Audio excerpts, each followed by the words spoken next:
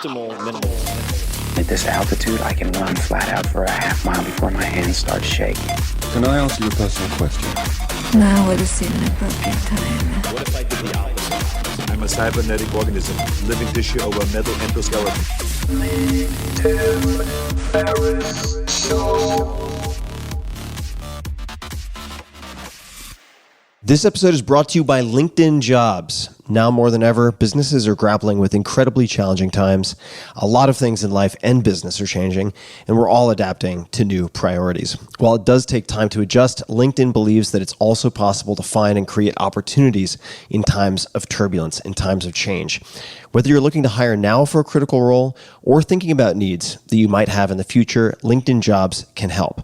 LinkedIn is an active community with more than 675 million members worldwide. LinkedIn screens candidates for the hard and soft skills you're looking for while putting your job in front of candidates looking for job opportunities that match exactly what you have to offer. With LinkedIn, you can hire the right person quickly when you need them. And if you need to hire for healthcare or essential services, you can post your jobs for free right now. When it's time to find and hire that right person, LinkedIn is here to help. Just visit linkedin.com/Tim. Again, that's linkedin.com/Tim to post a job now. Terms and conditions apply. This episode is brought to you by 5 Bullet Friday, my very own email newsletter. It's become one of the most popular email newsletters in the world with millions of subscribers, and it's super, super simple. It does not clog up your inbox. Every Friday, I send out 5 bullet points, super short, of the coolest things I've found that week, which sometimes includes apps, books, documentaries, supplements, gadgets, new self-experiments, hacks, tricks, and all sorts of weird stuff that I dig up from around the world. You guys, podcast listeners and book readers, have asked me for something short and action-packed for a very long time, because after all, the podcast, the books, they can be quite long. And that's why I created 5 Bullet Friday. It's become one of my favorite things I do every week. It's free. It's always going to be free. And you can learn more at tim.blog/Friday. That's tim.blog/Friday. I get asked a lot how I meet guests for the podcast, some of the most amazing people I've ever interacted with. And little known fact, I've met probably 25% of them because they first subscribed to 5 Bullet Friday. So you'll be in good company. It's a lot of fun. 5 Bullet Friday is only available if you subscribe via email. I do not publish the content on the blog or anywhere else. Also, if I'm doing small in-person meetups, offering early access to startups, beta testing, special deals, or anything else that's very limited, I share it first with 5 Bullet Friday subscribers. So check it out, tim.blog/Friday. If you listen to this podcast, it's very likely that you'd dig it a lot, and you can, of course, easily subscribe any time. So easy peasy. Again, that's tim.blog/Friday. And thanks for checking it out, if the spirit moves you. Hello, boys and girls, ladies and germs. This is Tim Ferriss, and welcome to another episode of The Tim Ferriss Show, where it is my job to interview people who are world-class performers in their respective fields. And today, my guest is Howard Marks, at Howard Marks Book on Twitter. Howard is co-chairman and co-founder of Oaktree Capital Management, a leading investment firm with more than $125 billion in assets under management. He is the author of the books Mastering the Market Cycle, subtitle Getting the Odds on Your Side, and The Most Important Thing, subtitle Uncommon Sense for the Thoughtful Investor, both critically acclaimed bestsellers. Warren Buffett has written of Howard Marks, quote, "When I see memos from Howard Marks in my mail, they're the first thing I open and read. I always learn something." So he has some very bright minds who pay attention to his writing. And Howard has been on the podcast before. This is round 2, and we dig into all sorts of subjects, including the US dollar as reserve currency, investing, how to add defense to investment strategy, 3 different ways to do that, and much, much more. So without further ado, please enjoy a wide-ranging conversation with Howard Marks. Howard, welcome back to the show. Thank you very much, Tim. It's a pleasure to be here. It's nice to hear your voice again. And of all the people I could speak to on the show during these most exciting times and difficult times for many people, you were very much at the top of the list. And there are a lot of different topics and a lot of different questions that I'd like to cover, but I thought we could start. I have a number of your memos in front of me, and there's one called You Bet. This is from January 13th, 2020. And I thought we could start with the story of arriving at First National City Bank in May of 68 and how that contrasted with what you then did in 1978. Would you mind telling that story for people listening? No, if you have some time. I do. I have all the time in the world. It'll take a while. Well, as you say, I arrived at Citibank for a summer job in the investment research department in May of 1968, between years of graduate school at the University of Chicago. And I was assigned to the investment research department. The bank and most of the money center banks at the time in their money management departments were adherents of what was called Nifty 50 investing.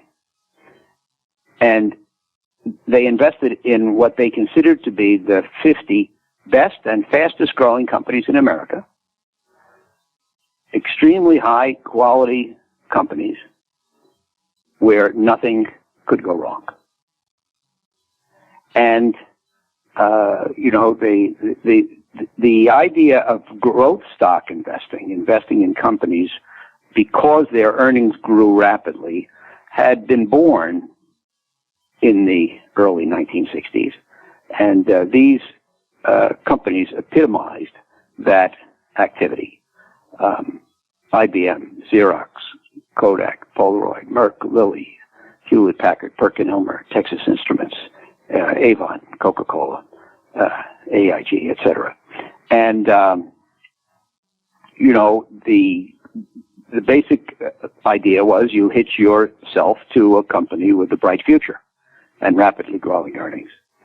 And if you did so the day I got there in 1968, and if you held those stocks firmly for the next 5 years, you lost almost all your money in the best companies in America, because one thing had been overlooked in the process, which was price. And nobody talked about the fairness or attractiveness of the price. The belief was that these are companies which were so good that it didn't matter what you paid. And if you paid a price that was a bit high, the earnings would grow so fast that kind of the stock would grow into the price. And so, of course, this was painful education. These stocks, generally speaking, fell from price-earnings ratios of perhaps 80, which even today would be practically unheard of, to 8 when the wheels came off the market in the early 1970s. Now, some of it was the collapse of the market. Some of it was the collapse of this particular field of investing, and some was the function of the flowering of rapid inflation, which was perplexing the country at that time. But for whatever reason, here you are. You're investing in the best companies in America, and you lose 80 or 90% of your money. Now, fast forward, as you suggest, Tim, to 1978, in part because my meanderings with equities had worked out so badly as part of the machinery that ran this Nifty 50 effort. I left the investment research department. I always say I'm lucky I didn't get fired.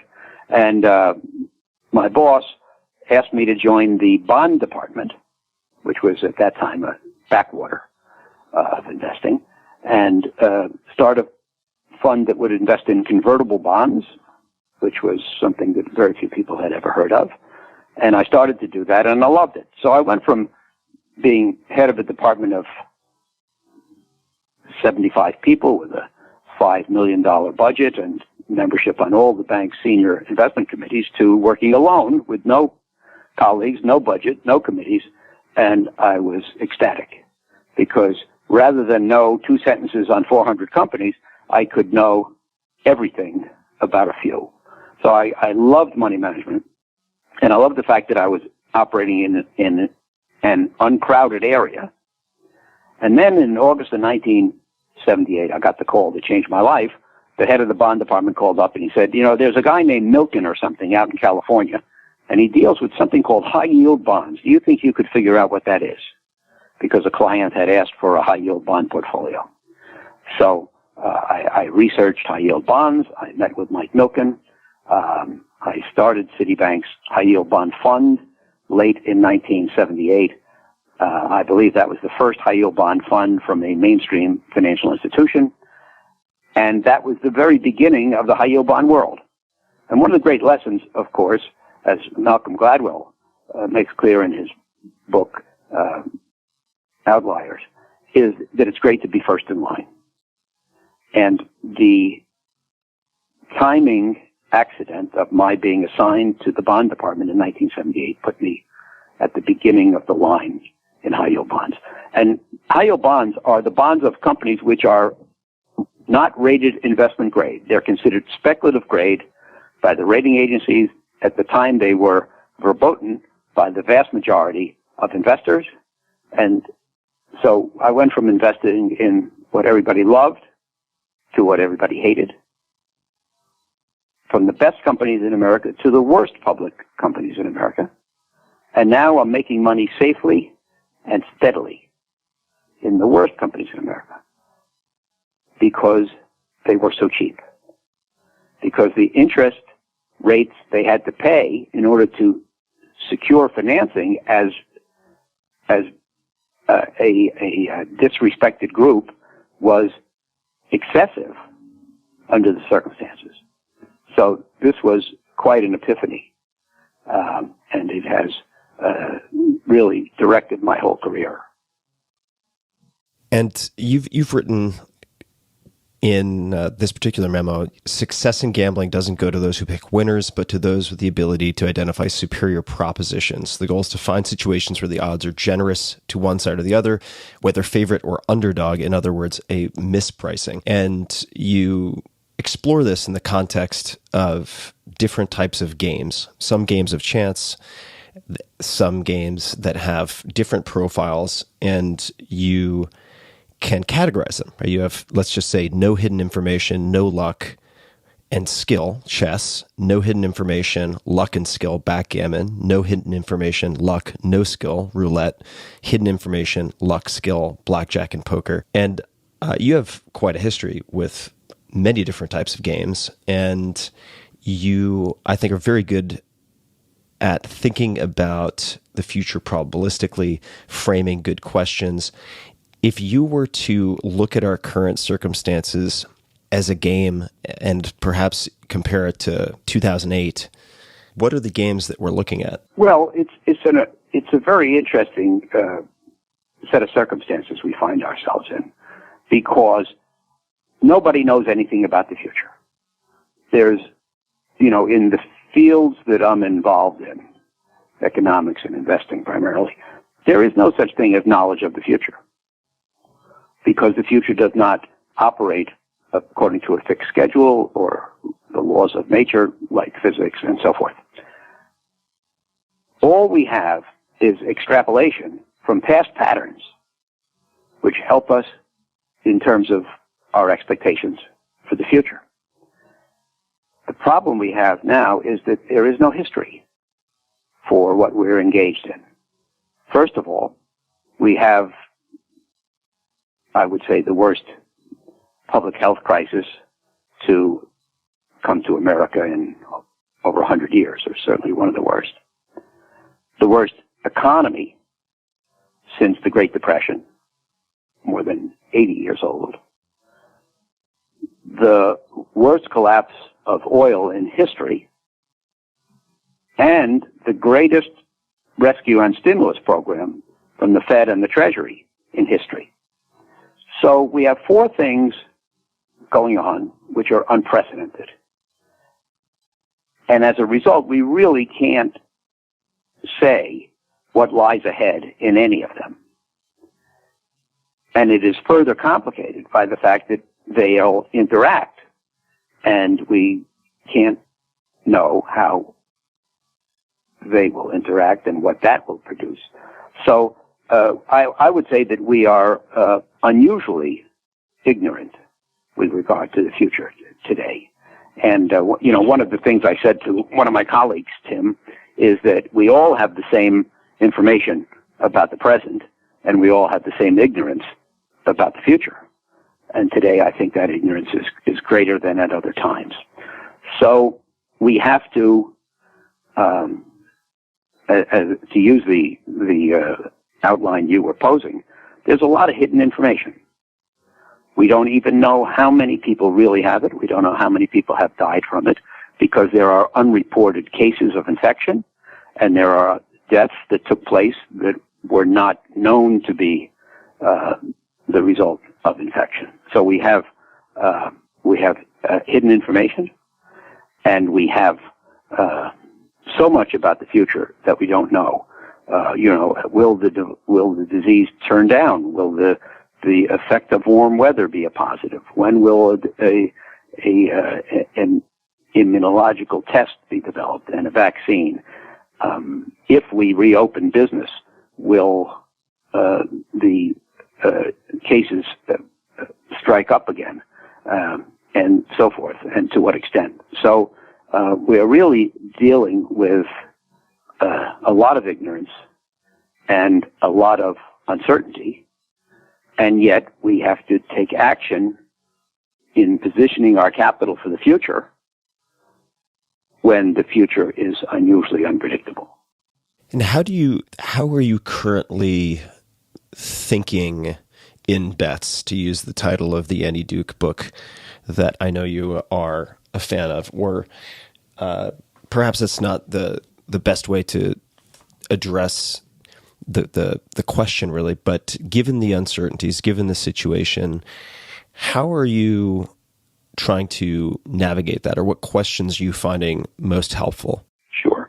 Well, I think a lot of it goes back, Tim, to what you said about the memo you bet, is that it has to do with the quality of the proposition.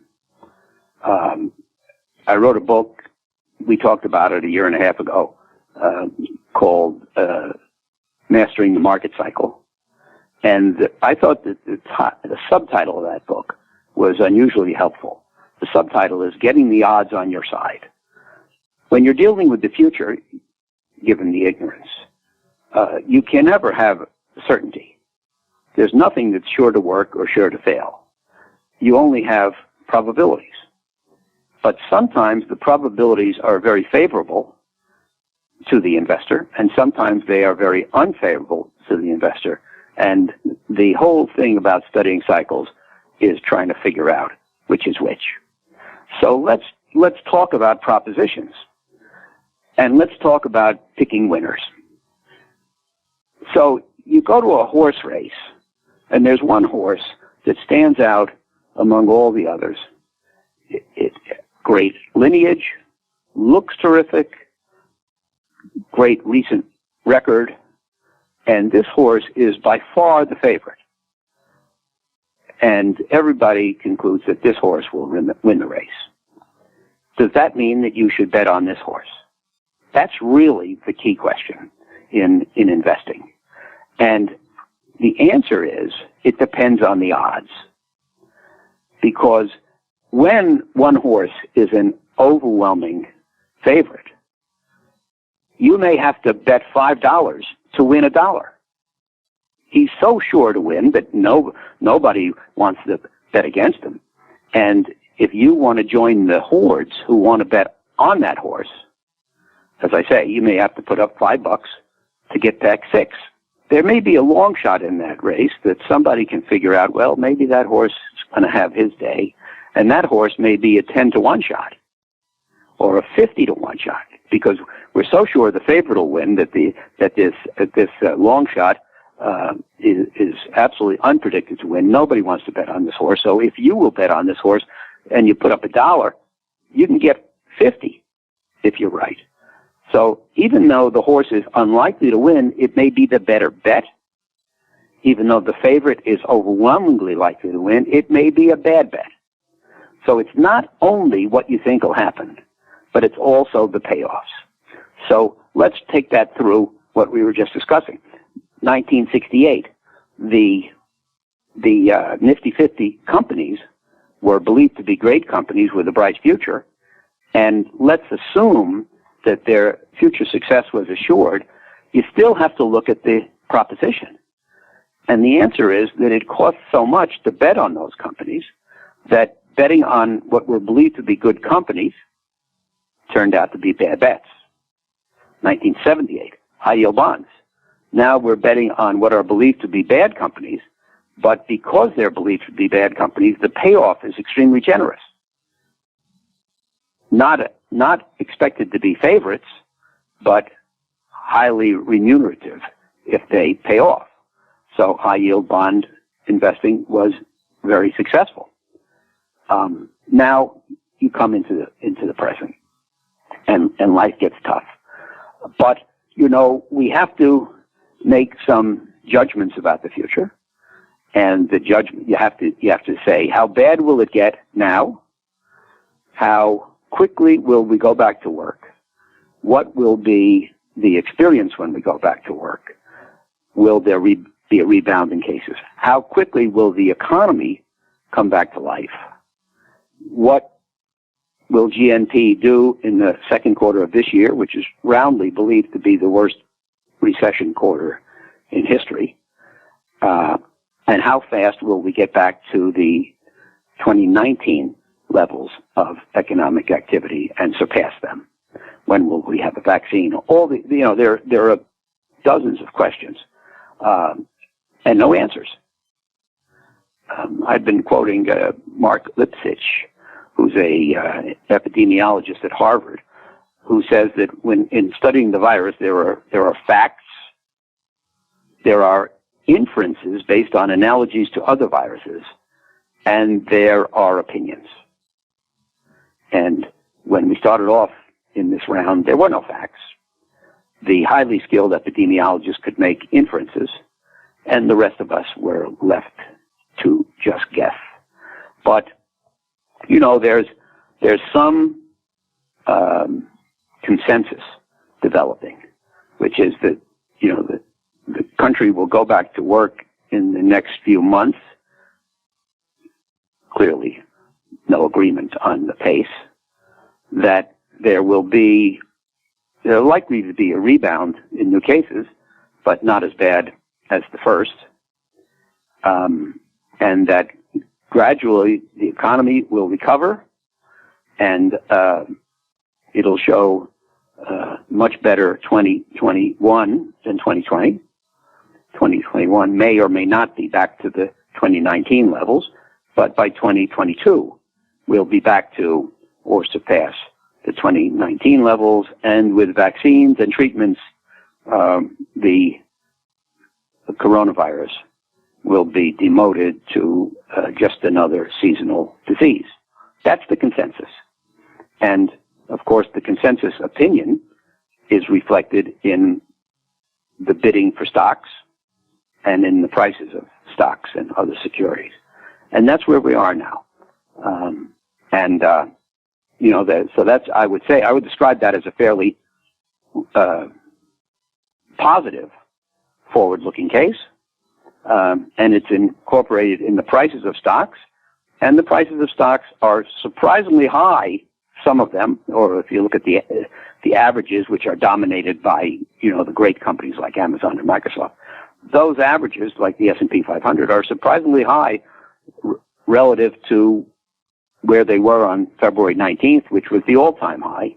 And we're probably down, low double digits of percent, 12, 13, 14%,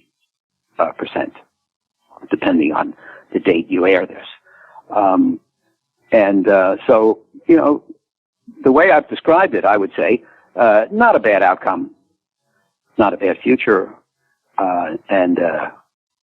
So stocks have recovered very substantially from their lows. They're up 27%, I think, from their lows, because the consensus has settled on this good news. Now let's talk for a minute, if I can go on, about proposition. The challenge today is that if the favorable unfolds and 2021 or 22 are healthy economically versus 19, nobody thinks the stock market has that far to go on the upside. And if the negative case unfolds and everything I've said so promisingly fails to materialize or materializes less and later than hoped, there are pessimists who think that the market has far to fall. And it's hard to choose between the optimistic and the pessimistic case. So the odds for buying here, the S&P 500, for example, do not seem to me to be tilted heavily in the investor's favor. Now, you have been thinking about uncertainty for a very, very long time. You, for instance, first read a book in 1963 titled Decisions Under Uncertainty, subtitled Drilling Decisions by Oil and Gas Operators by C. Jackson Grayson Jr. And you've proven an ability to act on a sort of spectrum of uncertainty over the subsequent decades. And I think the way that you phrase questions is part of that. Questions to yourself, questions among your team. And I just wanted to give an example of that from your most recent memo. This is Knowledge of the Future. And it's a paragraph that's discussing the word limitless, which was used, I think, in quoting Fed chairman or someone of that type. And here's the wording. Is the program really limitless, and is that okay? The stimulus, loans, bailouts, benefits, and bond buying that have been announced thus far add up to several $1 trillion. What are the implications of the resultant additions to the federal deficit and the Fed's balance sheet? Here's the part that I want to highlight, just because I think it's a useful framework for looking at a lot of these elements. Okay, so here we go. To be facetious, the government could send every American a check for $1 million at a cost of $330 trillion. Would there be any negative consequences from doing this, such as burgeoning inflation, a downgrade of U.S. creditworthiness, or the dollar losing its status as the world's reserve currency? If the answer is yes, is there a point below $330 trillion at which those ramifications might kick in? And if so, where? Could we be there already?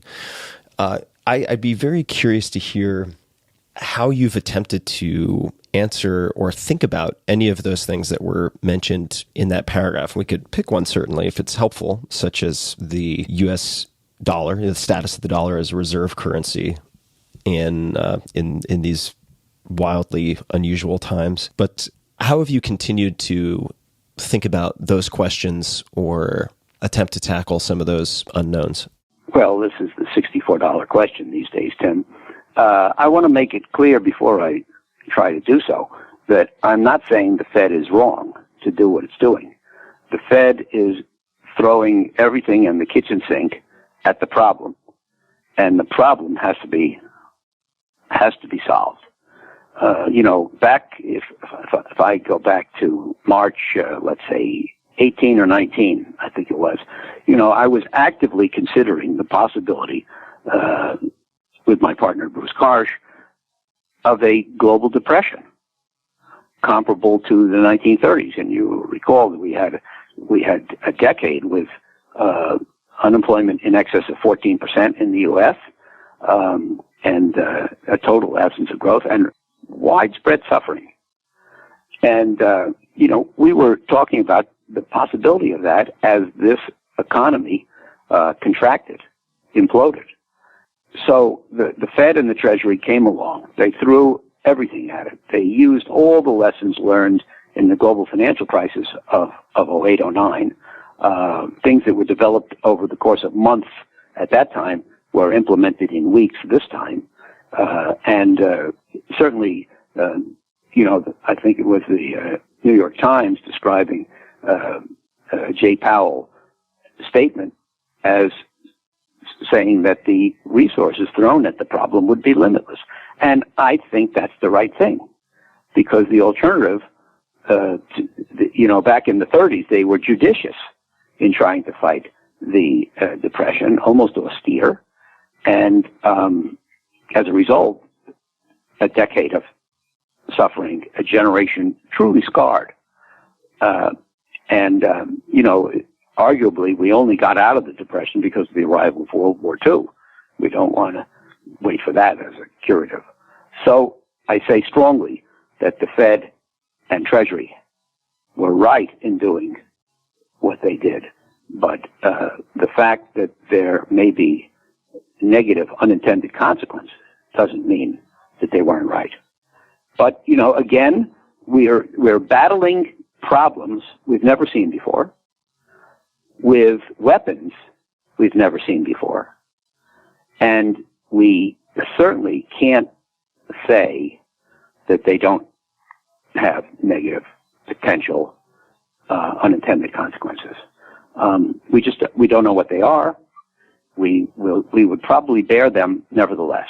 But, for example, if the government prints money, the normal reaction is to say that if they print a lot of money, that causes the currency to be devalued. And that is a lockstep relationship that has always been considered. Now, in the last, we've been running big deficits for a long time, and extremely big deficits in recent years. And yet, we don't have serious inflation, which is the normal sign of a currency being debased. If a currency is being debased and people think less of it, and then if you want to buy a goat, you have to pay more dollars to get the goat, or a car, or a bar of gold, or whatever, or a bunch of bananas. And in recent years, we haven't had inflation, even though we've been running huge deficits, vastly increasing the national debt, and so forth. So, economics is not a mechanical process which works according to a schematic in a dependable fashion. And all the printing of money that has taken place in recent years has not brought on inflation. Inflation is supposed to work in response to the unemployment rate. The less unemployment there is in the country, the higher the inflation is supposed to be, because there's less slack in the economy, and the workers, for example, can demand higher wages. Hasn't happened. This is something called the Phillips curve, and it's been touted for 60 years, and it just doesn't work. So we don't know. But, that's why I use that extreme, and I said in the memo, facetious example. If the government sent everybody a check for $1 million, and it cost $330 trillion, would there be an effect on the value of the dollar, on inflation, etc.? And you have to believe there would, or I have to believe there would, but where does the negative effect cut in short of that? Since we're not going to do that. But, the government is probably spending on buying securities and pumping into the economy, close to $10 trillion this year. Is that enough to cause an impact? And the answer is we don't know. But I would just say, it's clear that we all have our biases, and we deal with our uncertainty with regard to the future, implementing our biases. It's very hard to get away from that. And I worry. I'm not a dreamer. I'm not a Pollyanna. I'm not the person who says, they'll find a solution. I worry. And so, I worry that there will be some negative effects that I can't predict or describe or quantify. And so that would, among other things, tend to cause me to implement some caution. And you were right. The Fed Chairman Jay Powell, so his quote was, "When it comes to lending, we're not going to run out of ammunition," which was right. In the Wall Street Journal. That's on March 30th. What form might that caution take, or perhaps more specifically, if we look at the Fed buying all sorts of things that historically it would not necessarily be associated with purchasing junk bonds, distressed debt, et cetera. How does that affect your playbook and how you think about crowded versus uncrowded opportunities? Sure. So many things in that question require an answer. First, let me say that I think every investor has to make a choice. They have to balance offense and defense, just like a soccer team that a coach fields to play against another team. You have to have players on the field who, in totality, can both defend their goal and attack the other side's goal. So your portfolio, for the investor, has to strike a balance between trying to make money and trying to avoid losing money at the same time. And the way I dope it out, Tim, is to say that every investor faces two risks every day. The risk of losing money, which is obvious, and the risk of missing opportunity, which is a little more subtle. Now, you can eliminate either risk if you are willing to totally surrender to the other risk. So if you want to eliminate the risk of losing money, you can put all your money into T-bills, and then you will miss all the opportunities. Or if you want to make sure you don't miss any opportunities, you can make sure that all your investments are aggressive and there are no T-bills or cash, in which case you're exposed heavily to the possibility of losing money. So most people compromise. Most people say, well, I don't want to lose a lot of money, but on the other hand, I don't want to miss all the opportunities, so I'm going to strike a balance between offense and defense. That's what we all have to do if we're not crazy. And so the question is, how do you strike that balance today? And Oaktree, my firm, in recent years has been concerned about the market and about the fact that we thought that it was exposed to significant uncertainties and risks, although we didn't enumerate a pandemic, that asset prices were high, that prospective returns were low because interest rates in the environment have been so low for so long, and because a lot of investors were engaging in risky behavior in order to make a good return in a low return world. So you put all that together, and we thought that made the world a risky, low return place in which one should emphasize defense over offense. And we did. We adopted a mantra, move forward but with caution, and that has guided us. Now, we are cautious investors, so when I say with caution, I mean more than usual. And that's what we've done. Next question. How do you implement defense? And there are basically three ways that an investor can add to defense in his portfolio or her portfolio. The first, the obvious one, is you sell some assets and you go to cash in part or in whole. Now, this is very hard to do because this is black or white, wrong or right. And rarely is it right to be overwhelmingly in cash. And on the rare occasions when it's right, most people can't find those occasions. So going to cash is problematic. And by the way, if you go to cash and you're wrong and you miss good performance in the market for a couple of years, the individual investor will rue the day and the professional investor might be out of work. So cash is tough. The next thing you can do is you can go into more defensive asset classes. We know what they are. More bonds rather than stocks, larger companies rather than small, value rather than growth, stable rather than cyclical, U.S. rather than foreign, developed world rather than emerging. There are many, many ways to increase the defensiveness of your asset allocation. And then the third form of going defensive doesn't even require you to disturb your asset allocation. It's just that everything you want to do in investing can be done in a more aggressive or more defensive way. So you might say, well, I have 40% of my portfolio in stocks and I want to keep it that way. But you can buy more defensive stocks, or you can put your money with a more defensive manager, or you can put your money in a mutual fund which has a record of not making so much money in the up years, but protecting money in the down years. So there are three ways to be defensive: go to cash, take a more defensive asset allocation, or use more defensive tactics.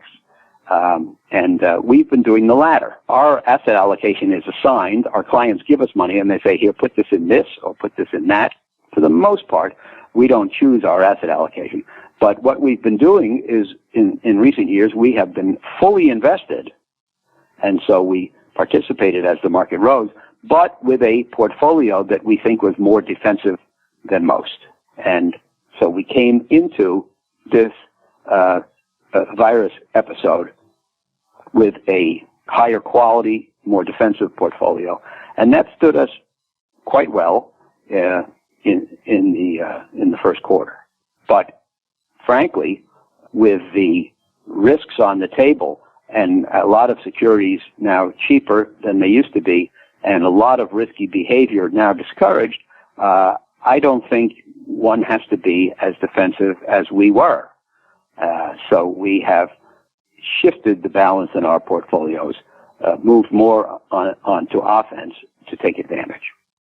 And if you're looking towards offense, capitalizing on some of your historic strengths, how does the Fed purchasing all sorts of asset classes that it might not normally purchase affect how you look at those opportunities? Sure.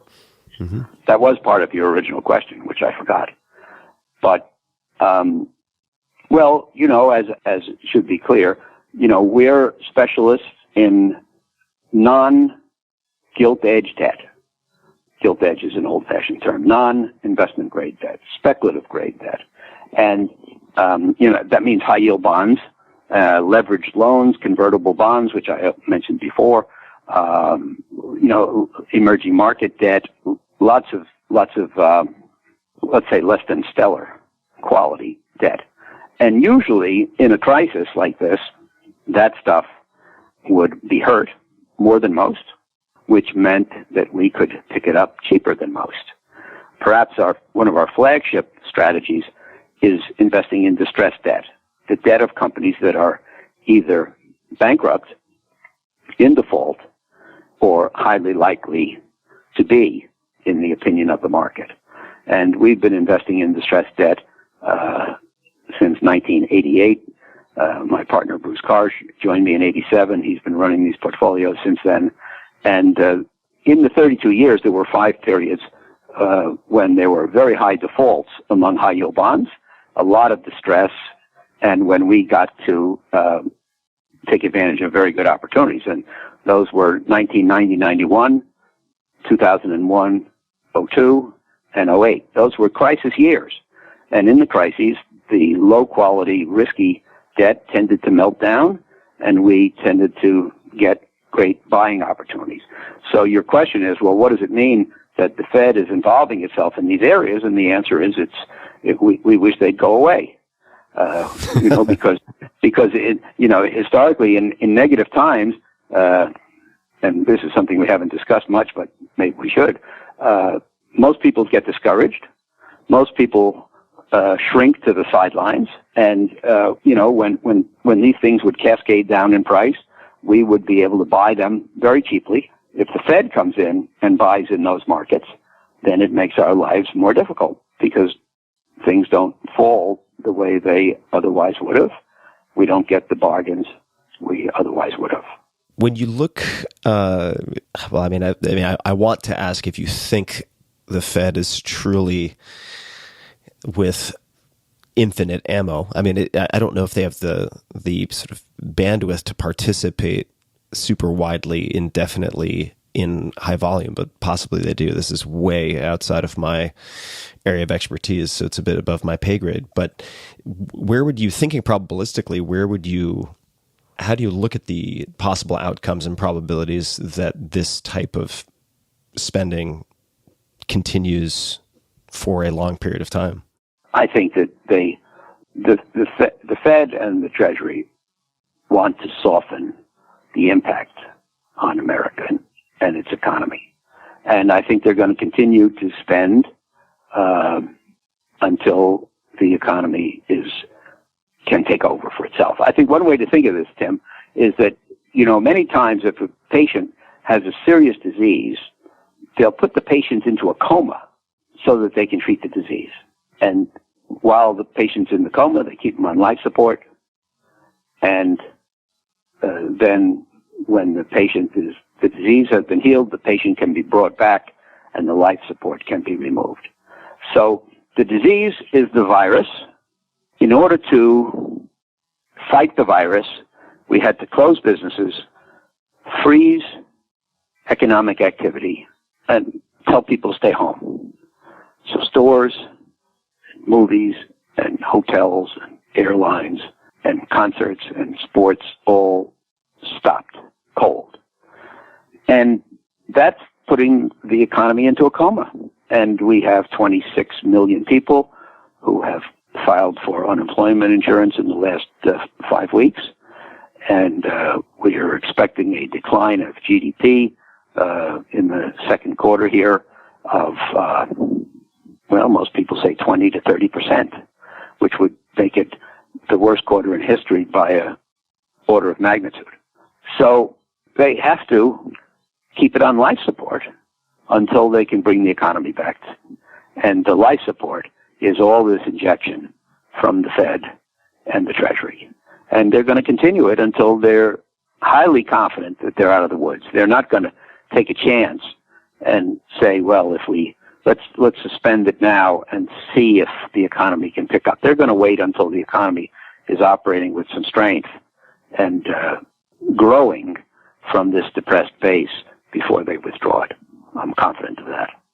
What are as someone who's, I've never taken an economics class, which is not something I brag about. It's quite a source of embarrassment for me. But what are the markers or metrics that they would look to assess whether the patient can be taken off of life support? Well, unemployment is usually the best short-term indicator. Remember that unemployment reached 10% in the global financial crisis, and it was down to 5%. 5 to 5.5 has generally been considered something like a structural level of unemployment. In other words, there are some people who can't get a job because they're unqualified. There are people who can't get a job because they can't pass a drug test. There are people who just quit a job. There are people in the process of looking for a job. So frictionally, most people assume that 5-ish% is structural. And the Obama administration, over 8 years, did get the unemployment rate, I believe, down to 5% by 2016. And then Trump administration came in and continued very aggressive stimulus, pro-business environment, reduction of regulation, and the unemployment got down to 3.5. So it's a barometer of how the economy is doing, and I would think that they'll want. Well, it's not going to be all or nothing. They're not going to spend, and then stop. They'll slack off. The term we use in the discipline you never studied, economics, is taper, and they'll taper. But I think that they'll support the economy certainly aggressively until the unemployment rate gets into single digits, and perhaps until it gets into mid-single digits. And then, of course, they'll look at GDP. GDP's been growing at around 2%, and Donald Trump has been trying to say he'll get it to 3 or 4.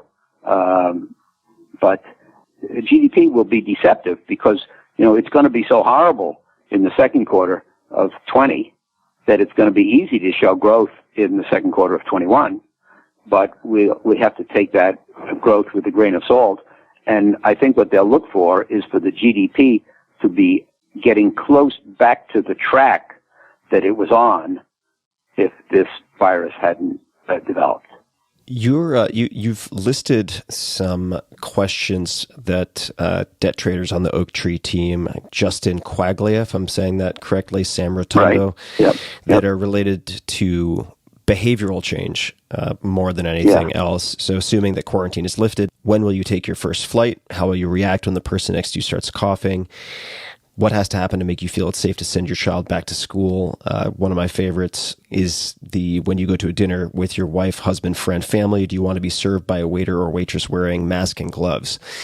So these are behavioral questions, and you seem to be a connoisseur of questions. And I want to bring up a quote that also was featured in the "You Can't Predict, You Can Prepare" memo, which was, what the wise man does in the beginning, the fool does in the end. And these might not be totally apples to apples, but what types of questions are the wise asking these days? Are any particular types of thinking or questions present in those people you admire as good thinkers right now?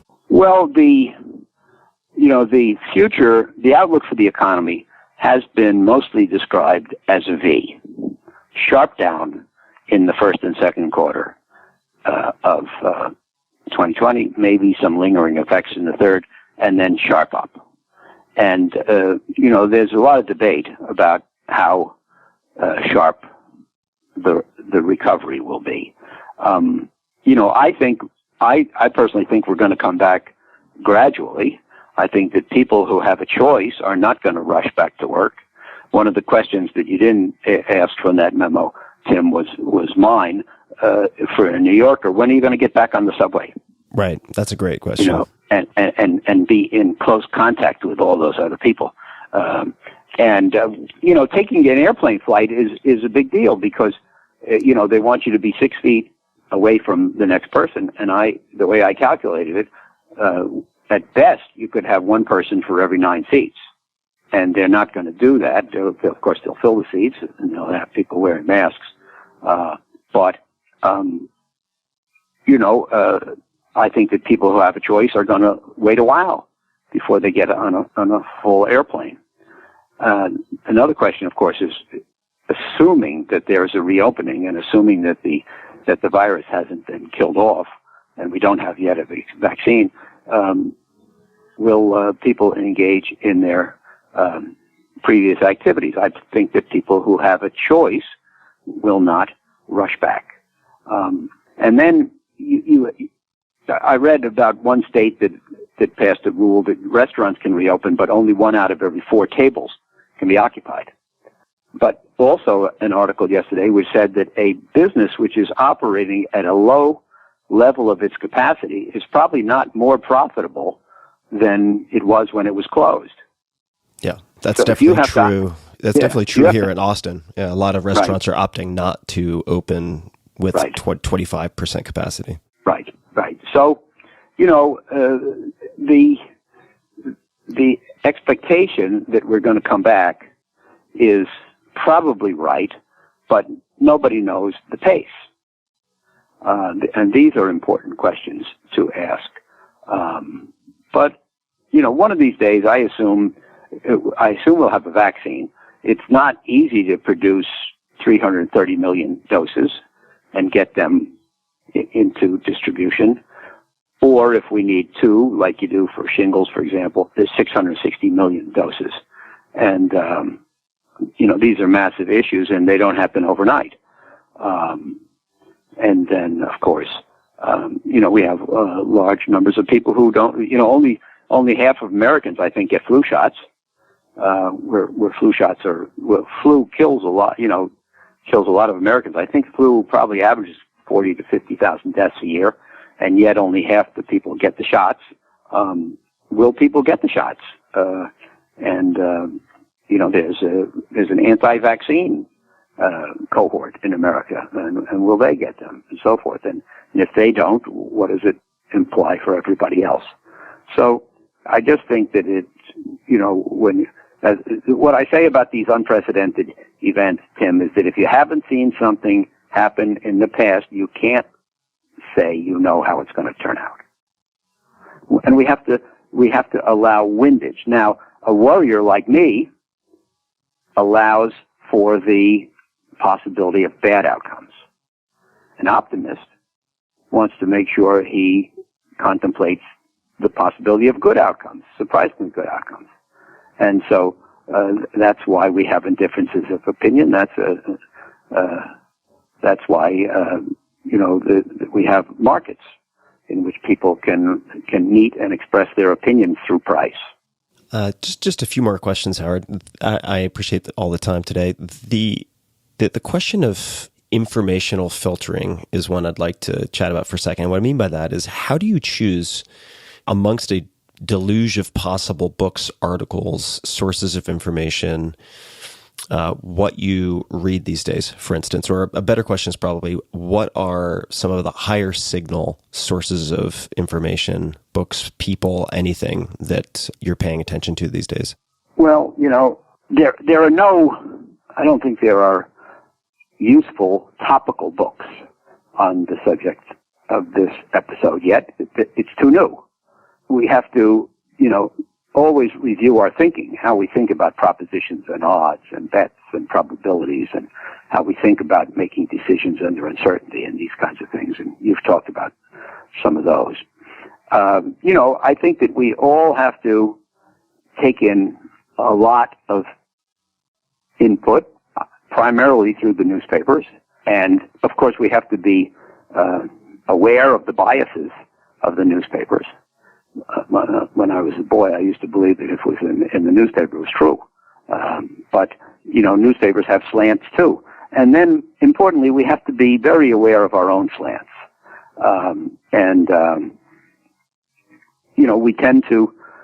We have what's called confirmation bias. And we all tend to read the things we agree with more than the things we disagree with, and believe the things that support our biased position more than the things that throw it into question. And this is a great challenge. So we should try to read broadly. We should try to read from the newspaper whose editorial slant we agree with and the one we disagree with.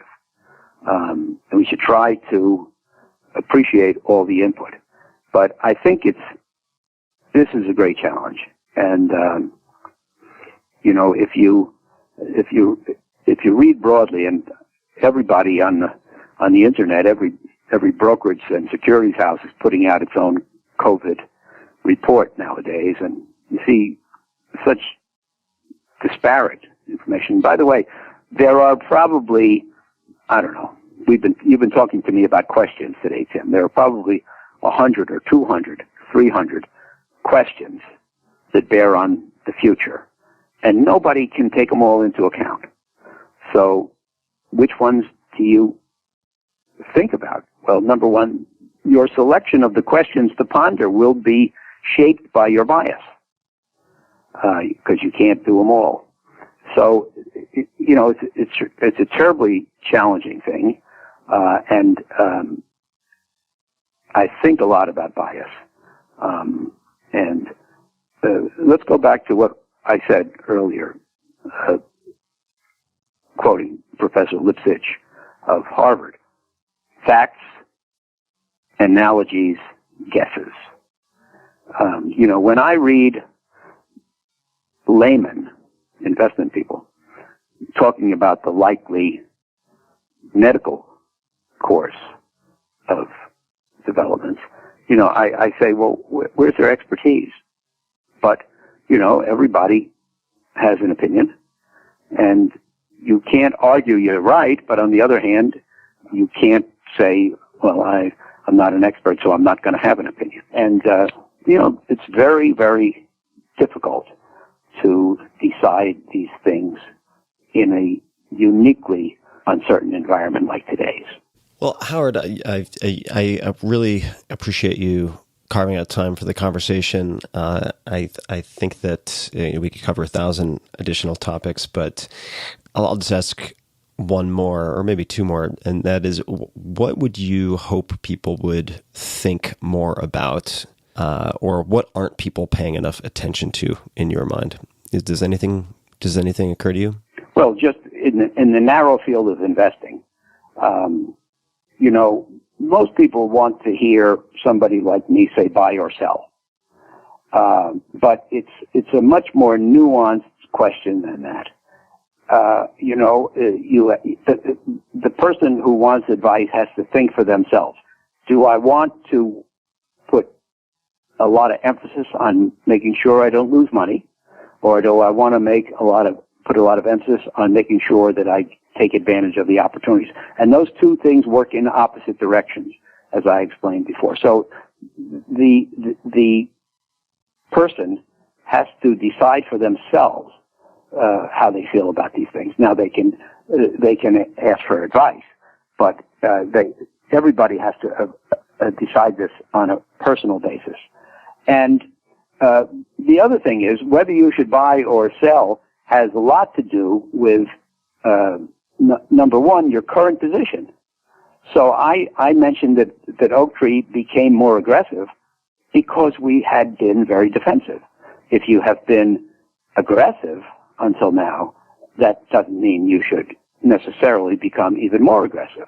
So, what's becoming increasing aggressiveness for us may not be right for everybody. And then the other thing is the investor has to ask themselves and be tough on themselves to spec out what their time frame is.